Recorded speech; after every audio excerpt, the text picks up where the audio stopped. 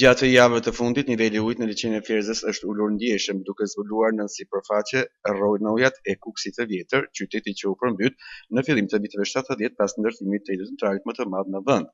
Në disa zona të liçenit janë shfaqur themele, mure dhe skelete ndërtesash që dikur mbartnin jetë, tregu, shkollat, institucionet publike dhe banesat e qytetarëve.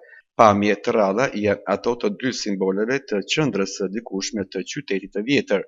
Piedestali ku me 8 tetor 1932 u vendos busti i Ahmet Zogut dhe më vonë me 28 nëntor 1939 busti i Skënderbeut vepër e skulptorit të popullit Odise Paskali.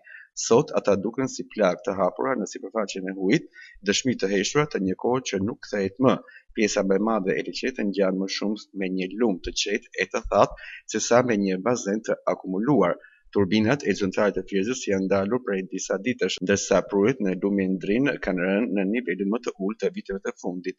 Kjo situatë lidhet me mungesën e rreshjeve dhe temperaturave të larta që kanë shoqëruar muajt e fundit, duke ndikuar ndjeshëm në prodhimin e energjisë edhe në nivelin e përgjithshëm të rezervuarëve.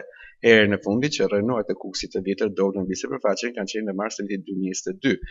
Ashtu si atëherë, edhe sot pamja e qytetit të vjetër që del nga ujrat kujton sakrificën e qindra familjeve që u shpërngulën për t'i lënë vend zhvillimit energjetik të vendit, një kujtesë e fortë e çmimit që paguan historia për progresin e sistemit të dukurshëm socialist.